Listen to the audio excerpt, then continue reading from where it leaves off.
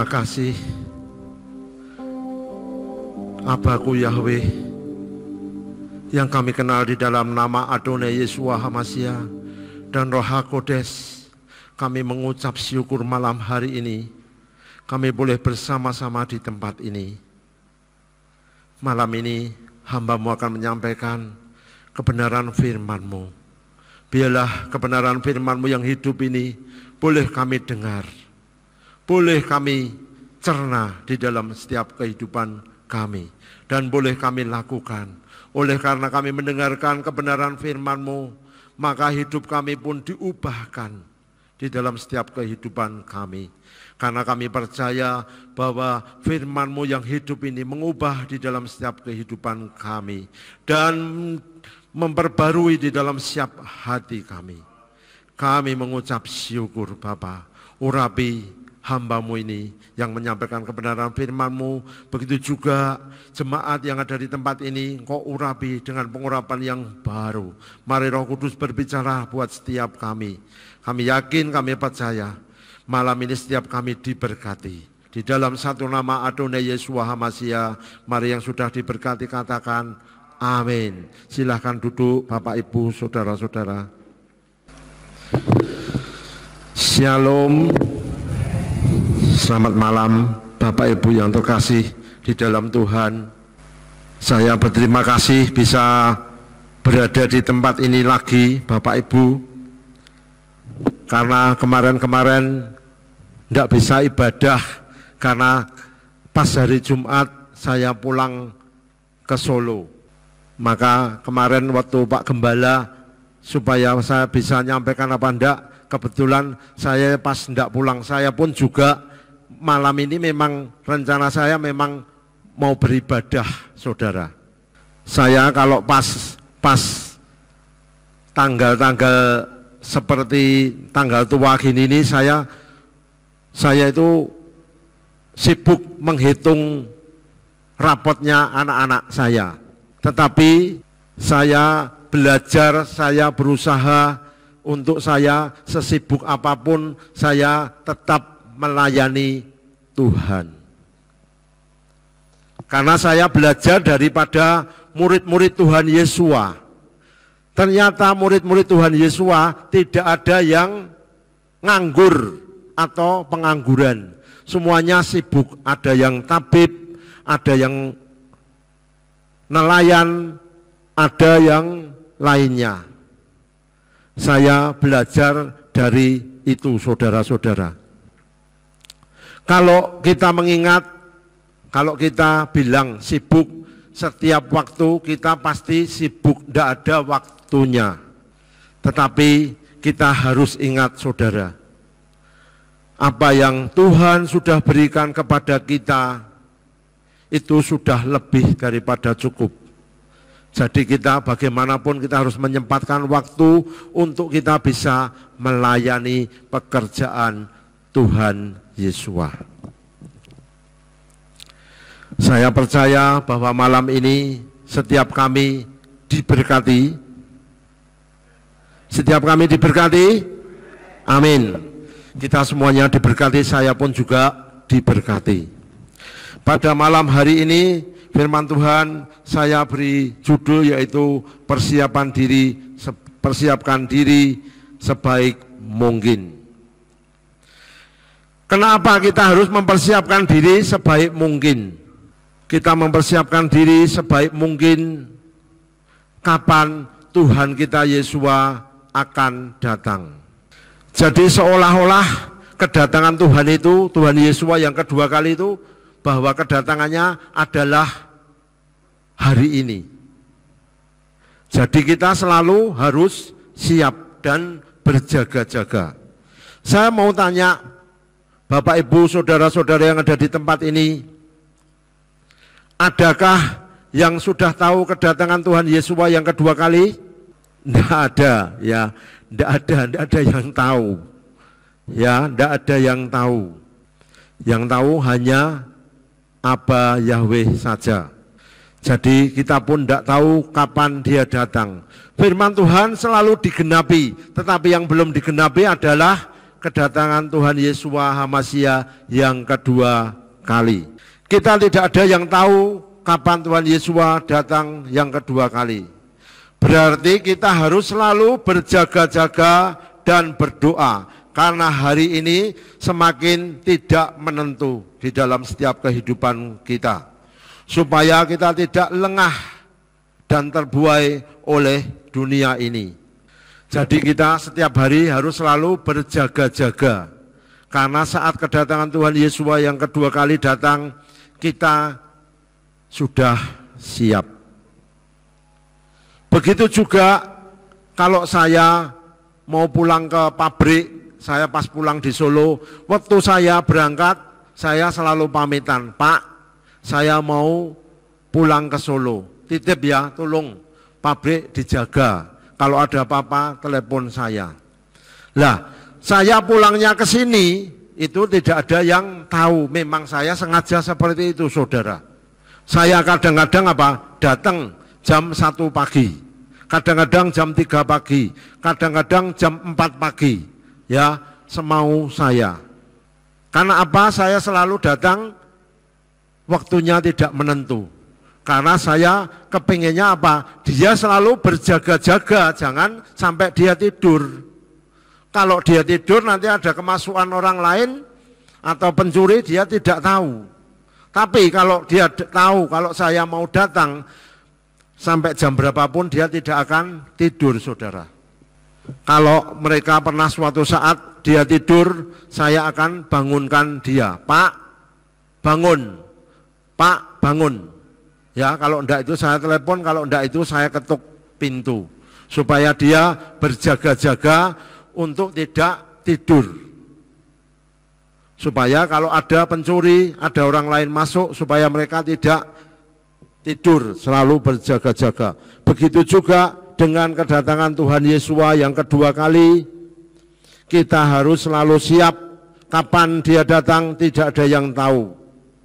Tetapi kita sudah tahu ya, ciri-cirinya,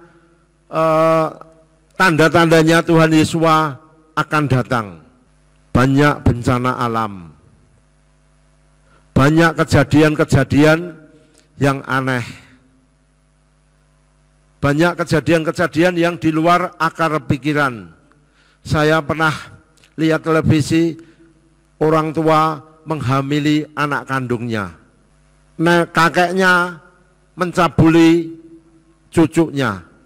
Kalau kita secara akal manusia, akal sehat, akal pikiran kita yang waras, itu tidak akan mungkin terjadi.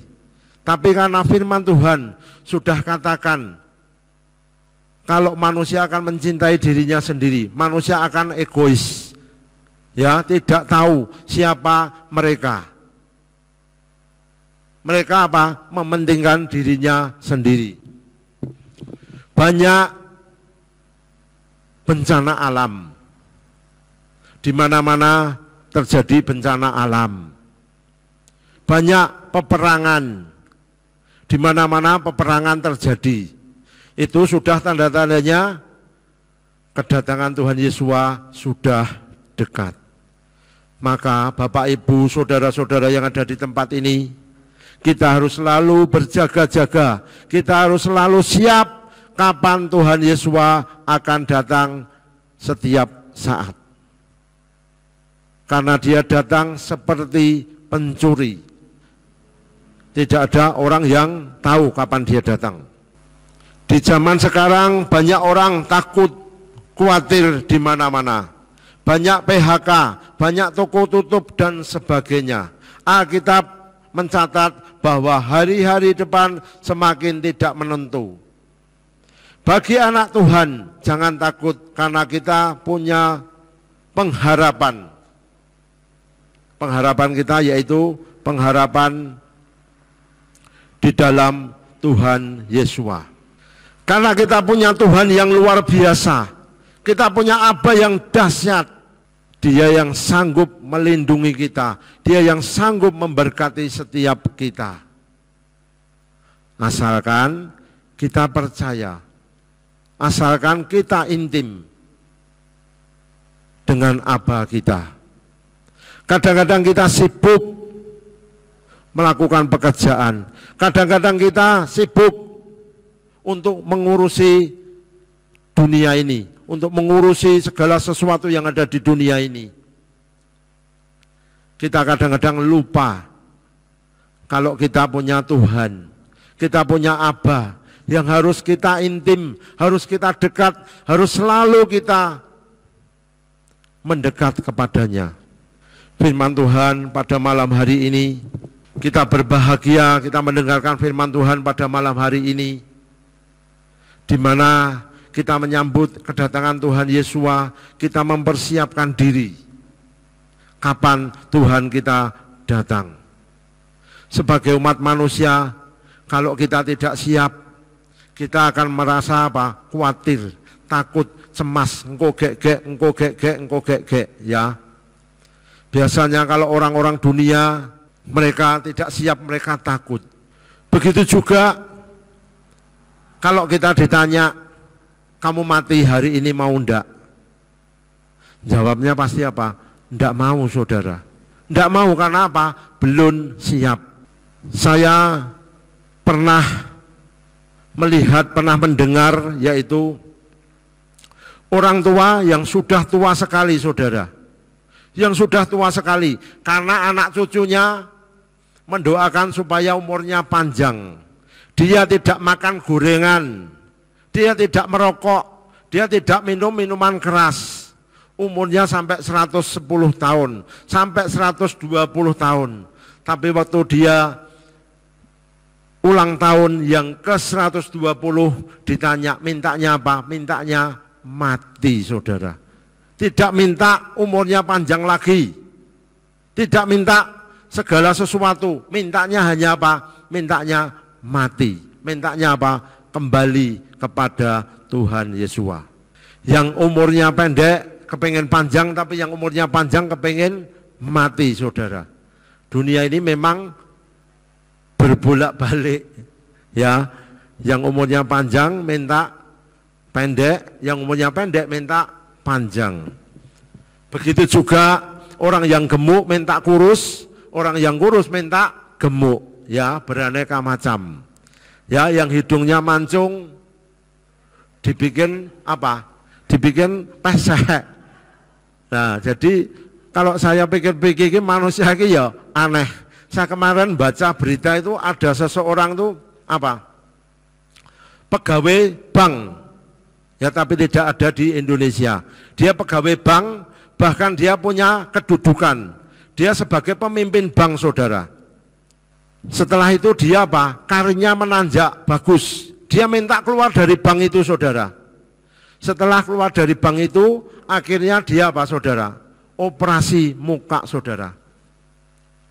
Operasi muka, apa yang terjadi, saudara? Telinganya ini loh, daunnya telinga ini dipotong kanan kiri, saudara. Setelah telinganya dipotong, hidungnya dibikin buntet ini. Iya, dibikin buntet, jadi napasnya itu dari samping sini dilubangi sini. Terus wajahnya diukir, saudara. Di sini ada kayak buntir-buntir. Setelah itu sini dikasih apa? Dikasih ukiran. Nah, yang hebatnya lagi itu apa, saudara? Lidahnya itu dipotong jadi bisa bercabang dua. Jadi wajahnya dia kepingin mirip seperti apa? Naga. Lah, yang herannya lagi saya itu apa, saudara? Bahwa dia minta apa? Maaf, alat kelaminnya dipotong supaya dia tidak apa? Tidak disebut laki atau perempuan. Dari dia tidak mau punya sebutan cowok apa cewek. Apa tidak ngeri, saudara? Bahkan dia sebagai ketua, yaitu ketua apa? Manusia yang aneh seperti itu, saudara. Lah, saya baca, ternyata itu dia adalah seorang apa? Yang terbuang, saudara. Waktu kecil dia diajak sama orang tuanya, ayah dan ibunya, lalu dia diajak ke sebuah hutan, lalu dia dibuang. Ditinggal begitu aja. Setelah ditinggal begitu aja, dia ditemukan oleh ular. Lah, dia dirawat oleh ular itu sehingga dia kepingin menyerupai ular, saudara. Apa yang tidak aneh? Coba kalau kita waktu kita tidur tahu-tahu dibangunkan, Pak, Bu, bangun gitu, coba dibangun seperti apa? Apa enggak kita kaget ya? Nah, jadi di dunia ini memang aneh-aneh. Ya, yang pendek kepengen tinggi, yang tinggi kepengen pendek. Yang sudah punya hidung enggak mancung, agak enggak mancung, saudara. Dioperasi biar mancung. Ya, macam-macam. Jadi saya melihat bahwa Tuhan memberikan kepada kita wajah kita ini adalah wajah yang sempurna. Ya, mungkin Bapak Ibu, saudara-saudara menilai wajah seseorang dianggap tidak sempurna, tapi ini segambar dengan Yahweh. Wajah kita segambar dengan Yahweh. Kalau seseorang mengejek, wah wajahmu kok kayak ini, berarti juga mengejek Yahweh, saudara. Karena diciptakan segambar dengan Dia. Jadi kita itu ciptaan yang sempurna. Jadi tidak usah macam-macam dikasih, ya toh kepengen andeng-andeng, dititik andeng-andeng. Saya pernah, saudara, diajak sama teman saya. Itu apa, saudara? Karena teman saya kalau setiap bekerja selalu tidak bertahan lama, mesti keluar dan tidak berhasil. Bahkan dia memiliki rasa apa? Sakit hati kepada orang tuanya. Bahkan ayahnya itu sampai hari ini itu entah mati apa hidup tidak tahu. Nah, saya itu diajak ke dokter apa? Klinik kecantikan, saudara. Apa, saudara, yang terjadi? Kalau ke klinik kecantikan berarti kan minta supaya wajahnya dibikin cantik atau cakep kalau cowok. Tetapi tidak, saudara. Saya ya heran, apa, saudara? Ini garis tangan ini kan putus ini, saudara. Lah, dia percaya kalau garis tangannya ini lurus, maka nasibnya berubah. Saudara-saudara, saya bilang, kalau nasibmu bukan karena tanganmu, nasib tidak berada di tangan kita, saudara. Salah, kalau Anda pengertian seperti itu, salah. Akhirnya apa, saudara? Alah, enggak apa-apa, nyoba aja. Saya heran, saudara. Tangannya itu tahu enggak, saudara? Akhirnya datang ke klinik, dokternya tanya, loh, kenapa, Pak? Tangannya sakit apa? Enggak sakit. Lah kenapa? Wah, dia mau ngomong aja juga sulit, saudara. Akhirnya saya yang nerangin, dokter, ini minta supaya tangannya ini loh, garisnya ini kan putus, minta dilurusin supaya nasibnya berubah. Loh, dokternya pun juga bilang kalau nasibnya berubah bukan karena tangannya putus garisnya, saudara. Saya sebagai dokter cuman hanya menurut pasien mintanya apa, saya ikuti. Tapi saya tidak menjamin nasibnya berubah apa tidak. Ya, yang bisa merubah nasib ya Anda sendiri, bukan tangan Anda. Akhirnya sama dokter itu apa, saudara? Di laser, saudara. Kletek. Wah, baunya apa, saudara? Baunya kayak daging kebakar itu loh, saudara. Ternyata tangannya di laser. Setelah itu diperban, dia pulang. Setelah 1 minggu itu perbannya dibuka. Ternyata apa yang terjadi, saudara? Garisnya tetap putus. Tidak nyambung, saudara. Yang nyambung tadi apa? Cuman lasernya aja, saudara. Ternyata tangannya masih putus. Ternyata sampai hari ini apakah nasibnya berubah, saudara? Tidak akan berubah, malah tambah parah gara-gara tangannya di laser. Ya, Tuhan menciptakan kita itu sempurna. Ya, enggak usah takut, enggak usah apa kata orang. Jadi kedatangan Tuhan Yesus yang kedua kali belum digenapi. Tetapi tidak ada orang yang tahu kapan kedatangan Tuhan Yesus yang kedua kali datang. Yuk kita buka di dalam Alkitab kita di dalam Markus 13. Markus 13 ayat yang ke-32. Judulnya yaitu saat kedatangan anak manusia. Saya bacakan untuk kita semua. Dan mengenai hari dan saat itu tidak seorang pun mengetahui, tidak pula malaikat-malaikat yang ada di surga, bahkan tidak pula putra, kecuali Bapa.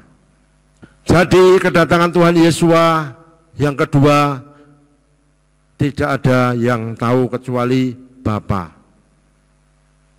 Maka pada malam hari ini kita bersiap-siap seolah-olah kedatangan Tuhan Yesus datang saat ini. Kalau yang kemarin-kemarin kita tidak intim dengan Tuhan, kita sering sibuk, kita sering terbuai oleh keadaan dunia ini, kita sering kali karena pekerjaan sehingga kita lupa dengan Tuhan kita. Maka malam hari ini, oleh karena kita mendengarkan firman Tuhan pada malam hari ini, marilah hidup kita supaya diubahkan. Kita menyempatkan waktu untuk kita bersekutu intim dengan Tuhan. Kita jangan takut karena kita punya pengharapan. Taruhkanlah iman kita kepada Yahweh, harapan kita kepada Yahweh, dan jangan sampai luntur dalam keadaan apapun juga. Justru kita semakin intim dengan Tuhan Yesus untuk menghadapi masa-masa yang sukar, masa-masa yang sulit, untuk menyambut kedatangan Tuhan Yesus yang kedua yang sebentar lagi akan digenapi, saudara. Hari-hari ini dunia diguncang dengan virus. Di mana-mana banyak orang meninggal, banyak orang mati. Kalau dulu waktu saya kecil itu, saudara, kalau ada orang meninggal itu, yang ngelayat itu, wah banyak sekali, saudara. Bahkan jalannya ditutup penuh. Sekarang ini kalau sudah meninggal karena virus, tidak ada orang layat, saudara. Paling-paling kalau dia punya suami, punya istri, punya anak, paling-paling yang ngelayat ya cuman itu aja. Jadi saya melihati sekarang orang mati sudah biasa, saudara. Kalau dulu itu orang meninggal itu, wah kayak sedihnya itu lama, saudara. Sedihnya lama, saudara-saudara dari jauh datang. Ya sekarang ini kalau sudah namanya kena virus corona, itu yang datang itu sudah, saya kira yang datang pun juga takut kalau kena, saudara. Jadi sekarang manusia itu mati yang layat sedikit. Tidak ada orang yang datang, ya sudah menjadi biasa, saudara. Firman Tuhan berkata bahwa berjaga-jagalah dan berdoalah, karena kita akan dikuatkan, kita akan diteguhkan. Di tengah hari-hari yang tidak menentu ini, Tuhan akan menjaga kita. Kita buka di dalam Filipi 4. Filipi 4 ayat yang ke-9. Saya bacakan untuk kita semua. Dan apa yang telah kamu pelajari dan terima dan dengar dan lihat di dalam aku, perbuatlah itu, dan Elohim damai sejahtera akan ada bersamamu. Kita diperintahkan untuk berbuat apa yang ada di Elohim, apa yang Tuhan kita lakukan. Kita disuruh belajar, kita suruh mencontoh apa yang Tuhan lakukan. Ya, jadi marilah malam hari ini kita melakukan firman Tuhan. Yang kemarin-kemarin kita kadang-kadang lupa. Kita seringkali mengandalkan kekuatan kita. Kita lupa kalau kita kadang-kadang punya persoalan, punya masalah. Kita lupa untuk datang kepada Dia. Saya pun juga seringkali mengalami seperti itu, saudara. Kalau sudah masalah itu datang bertubi-tubi, kadang malah kita itu yang maju itu akalnya, saudara. Kadang-kadang kalau sudah tidak bisa berpikir karena masalah ini tidak bisa diselesaikan, masalah ini belum bisa diselesaikan, masalah ini belum bisa diselesaikan, datang lagi Baru kalau sudah, baru sadar, oh saya punya Tuhan yang ajaib. Baru datang kepada Tuhan. Tetapi karena kita mendengarkan firman Tuhan ini, marilah kita ubah di dalam setiap kehidupan kita, utamakan kita datang kepada Tuhan terlebih dahulu. Masalah tetap ada, persoalan tetap ada. Tetapi di dalam Tuhan pasti kita dibukakan jalan keluar yang terbaik. Amin. Kita diminta supaya jangan khawatir, jangan takut, karena Tuhan akan menyertai saudara dan saya, memberkati pelayananmu, memberkati keluargamu, memberkati pekerjaanmu, memberkati masa depanmu. Kenapa kita harus takut? Tidak perlu kita takut, tidak perlu kita khawatir, tidak perlu kita cemas. Kita buka di dalam Yesaya 41 ayat yang ke-10. Saya bacakan untuk kita semua. Jangan takut karena aku bersamamu. Jangan memandang sekitar karena akulah Elohimu. Aku akan menguatkanmu. Ya, aku akan menolongmu. Ya, aku akan menopangmu dengan tangan kanan kebenaranku. Loh, luar biasa firman Tuhan ini. Karena Dia akan menolong kita, Dia akan menopang kita. Saya mendengarkan kesaksian saudara, yaitu orang Sulawesi. Pada tahun 2000 daerahnya dia terjadi konflik saudara. Setelah konflik apa? Mereka diserang oleh pasukan. Tahu pasukan saudara? Ya, pasukan berarti bukan dari kita, ya. Pasukan dari seberang. Dia menyerang suatu kota itu, dan di situ ternyata kota itu sudah dikepung oleh mereka karena tempatnya pulau-pulau saudara.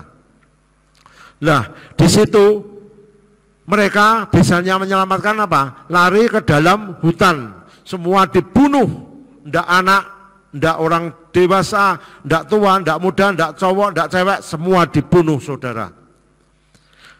Setelah ada beberapa orang yang takut lari ke dalam hutan, ternyata di hutan juga sulit untuk mencari makanan saudara. Akhirnya apa saudara? Dia menyerahkan diri. Waktu dia menyerahkan diri, dia harus melafalkan, yaitu saudara. Saudara tahu kalau itu bukan daripada kita, ya, bukan untuk kita. Karena mereka takut, akhirnya dia melafalkan itu saudara.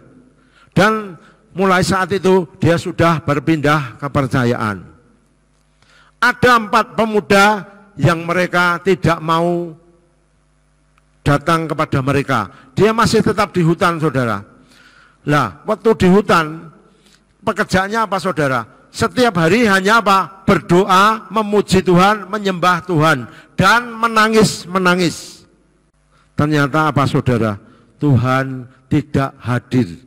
Tuhan tidak menolong dia saudara. Setelah itu akhirnya 1 bulan kemudian pasukan membawa orang tuanya, anak-anak yang lari ke hutan. Setelah orang tuanya dibawa ke hutan, dia bilang, semua silahkan menyerahkan diri. Kalau tidak menyerahkan diri, orang tuamu akan kubunuh. Akhirnya ke-4 orang ini tidak tahan saudara. Akhirnya dia pun turun saudara. Setelah dia turun dari gunung dan dia menyerahkan diri, setelah menyerahkan diri, 4 orang ini pun juga disuruh melafalkan. Saudara-saudara, apa yang terjadi saudara? Setelah dia melafalkan itu, dia jiwanya sudah berubah. Berubah menjadi apa saudara? Dia berubah menjadi seorang yang tidak damai sejahtera. Dia berubah menjadi seorang yang apa? Kepengennya perang. Kepengennya berkelahi saudara. Setelah dia dikasih waktu 7 bulan saudara untuk menghafalkan kitab suci lain. Tapi tidak sampai 7 bulan, cuma 6 bulan dia sudah hafal saudara. Setelah hafal, dia diajak ke Jakarta, mau disekolahkan di sana saudara. Tapi kata orang tuanya, kamu nak, jangan ikut mereka ke Jakarta. Kalau kamu ikut ke Jakarta, kamu nanti tidak kenal kepada kami. Kamu menjadi, maaf, seorang teroris. Tetapi dia ikut ke Jakarta saudara. Setelah sampai di Jakarta, mereka masuk dan mereka belajarlah di situ. Setelah itu akhirnya dia menjadi seorang yang militan. Tetapi dia berkata, setiap malam dia sukanya apa? Dia bangun pagi, bangun tengah pagi itu dia berdoa. Dia berdoa, Tuhan, tunjukkan Tuhan yang sebenarnya. Tunjukkan Tuhan yang sebenarnya. Saudara-saudara, apa yang terjadi saudara? Setelah itu, waktu mau cuci kaki sama tangan, ternyata Tuhan hadir di dekat jendela saudara. Lah, dia melihat Tuhan memakai mahkota duri. Dia pikir, wah mosok Tuhan. Ternyata ini paling-paling di belakang situ ada pohon yang berduri. Akhirnya besok paginya lagi dia akhirnya apa? Dia melihat lagi. Setelah dia melihat lagi, dia kaget saudara. Akhirnya setelah besoknya Tuhan itu bilang, inilah aku, Tuhan yang kau cari. Akhirnya dia dirangkul dan akhirnya dia menangis saudara. Dia menangis. Karena waktu itu dia bilang, saudara, kalau nanti saya sudah keluar dari tempat ini, yang pertama saya akan kembali ke desa saya. Yaitu untuk apa saudara? Untuk menghabisi orang tua saya.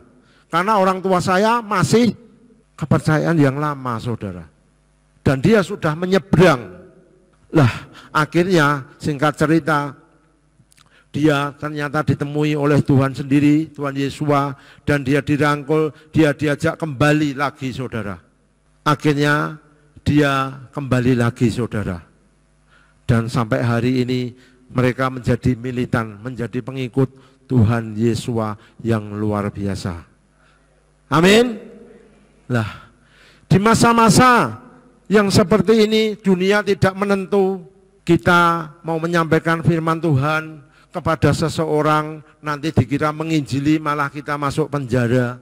Kita mau menyampaikan sesuatu kepada seseorang, nanti ujung-ujungnya hukum saudara sekarang ini. Tetapi Tuhan kita Tuhan yang luar biasa, Tuhan yang ada, Tuhan yang hidup, Elohim yang dahsyat. Dia mendatangi kepada orang-orang yang membenci dia. Dia mengasihi dia. Dia datang dengan sendirinya. Maka sekarang jangan heran saudara. Kalau kita lihat di YouTube itu banyak orang-orang militan dari kaum seberang. Mereka menjadi penyembah-penyembah Elohim Yeshua HaMashiach. Amin saudara. Maka kalau kita hari ini, kita yang kenal sudah lebih lama, kenapa kita mesti menjauh? Kenapa kita tidak meluangkan waktu? Kenapa kita tidak menyediakan waktu untuk dia yang dahsyat dan luar biasa? Berbahagialah Bapak Ibu Saudara, malam ini kita yang terpilih menjadi umat pilihannya. Ya, kita harus selalu berjaga-jaga. Kita harus selalu dekat dan intim supaya saat kedatangan Tuhan Yesus yang kedua kita sudah siap. Di masa sekarang banyak orang usaha tutup, banyak orang rugi karena virus yang merajalela. Saya dan saudara dituntut hidup dengan iman dan pengharapan hanya kepada Tuhan Yesus. Di sini letak iman kita diuji. Jangan takut, jangan bimbang, jangan khawatir. Karena kita punya pengharapan yang luar biasa kepada Tuhan kita. Supaya kita menjadi mempelai yang tidak bercacat celah saat Tuhan Yesus datang yang kedua kali. Kita harus taat dan intim, menyediakan waktu untuk Tuhan Yesus HaMashiach. Kita untuk memuji, menyembah, kita berbicara dengan Tuhan, yaitu berdoa. Kita harus menyediakan waktu.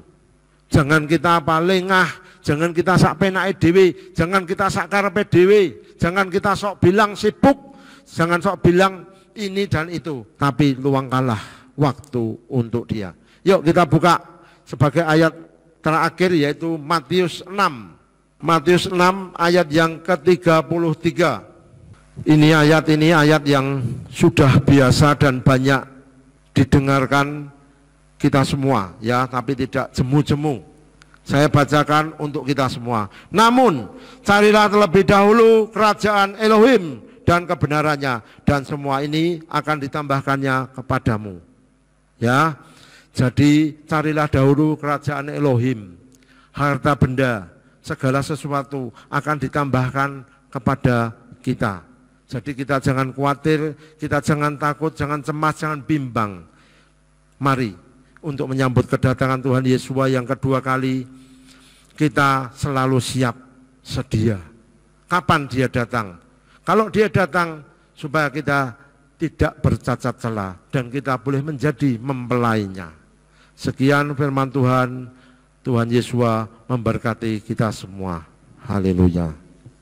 Waktu dan tempat saya kembalikan.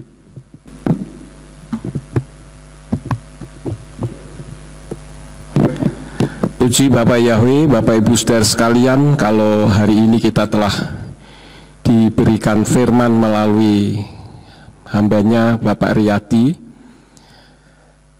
saya akan memberikan sedikit pemahaman. Memang ada perbedaan antara Markus 13 ayat 32 dengan Matius 24 ayat 36. Tadi yang disampaikan oleh Pak Riyadi memang benar. Di dalam Markus 13 ayat 32, seolah-olah Yesua juga tidak tahu kapan Dia akan kembali lagi yang kedua kali. Saya tadi membaca di situ dalam kitab Brit Kadasa, di sana dikatakan wa al moed hayom hahi wa hasaa hahi ein is Yudea welo malak basamayim welo haben bilti haaf. Dan mengenai hari dan saat itu tidak seorang pun mengetahui, tidak pula malaikat-malaikat yang ada di sorga, bahkan tidak pula putra kecuali Bapa. Ya, jadi di sini putra yang dimaksud siapa, saudara? Yesua. Di situ dikatakan bahkan tidak pula putra, berarti Yesua tidak tahu. Ya, tetapi di dalam Matius 24 ayat 36 berbunyi wa al moed hayom hahi wa hasaa hahi ein iswelo malak basamayim bilti haaf levado, yang artinya namun mengenai hari dan saat itu tidak seorang pun mengetahui, bahkan para malaikat di surga pun tidak kecuali Bapakku saja. Ini kelihatannya berbeda, tetapi sebetulnya dua-duanya benar. Di dalam kitab Matius, Yesua berperan sebagai Elohim yang memang Dia tahu kapan Yesua akan datang kembali untuk yang kedua kali.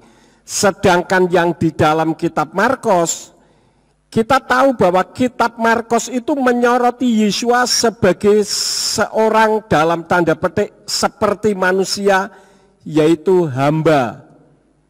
Jadi di dalam kitab Markus, Yesua berperan sebagai contoh manusia yang sempurna.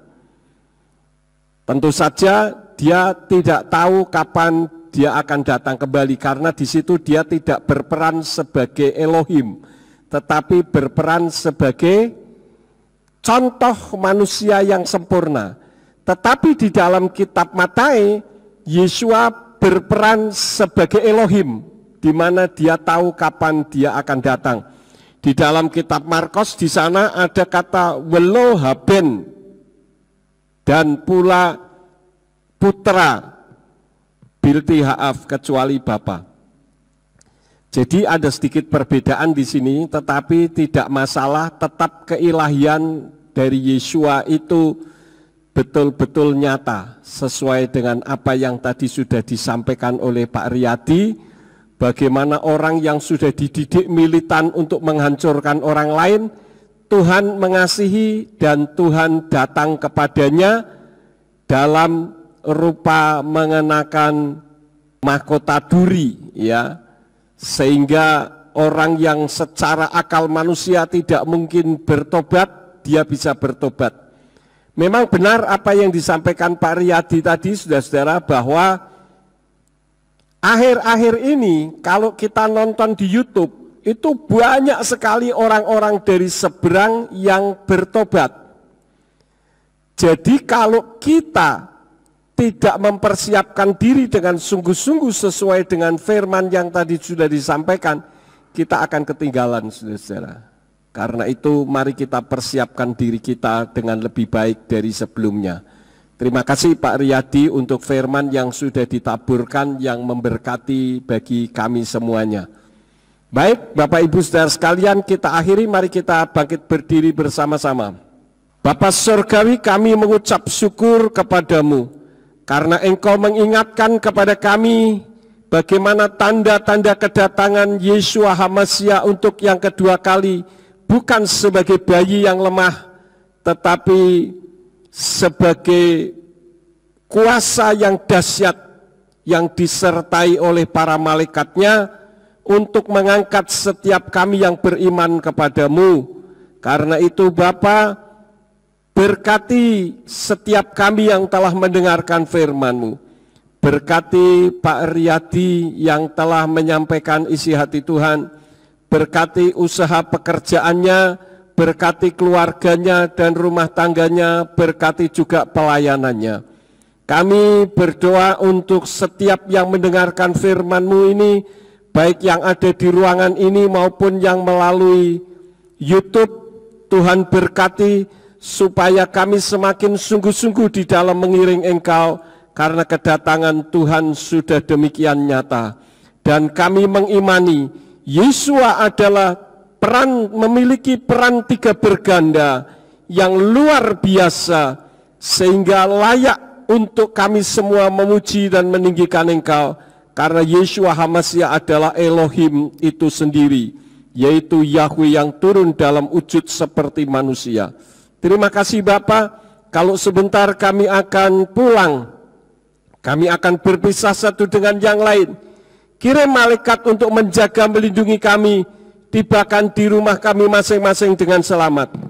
Demikian pula apabila sesampainya di rumah kami akan beristirahat, biarlah malaikat-Mu itu tetap menjaga dan melindungi kami di sepanjang malam kami beristirahat, sehingga di saat kami tidur, dijauhkan dari sakit penyakit kuasa setan maupun orang jahat, sehingga besok kami bangun dengan tubuh yang sehat.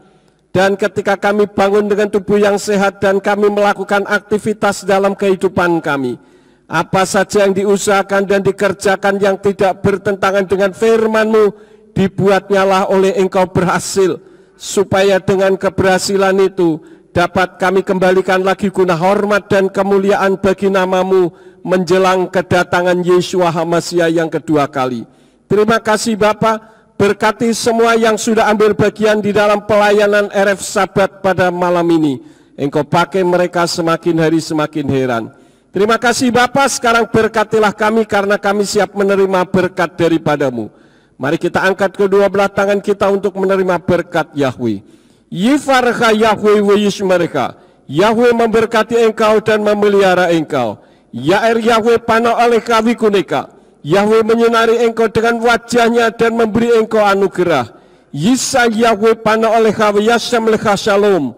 Yahweh menghadapkan wajahnya kepadamu dan memberi engkau damai sejahtera. Diberkatilah engkau di kota dan diberkatilah engkau di ladang.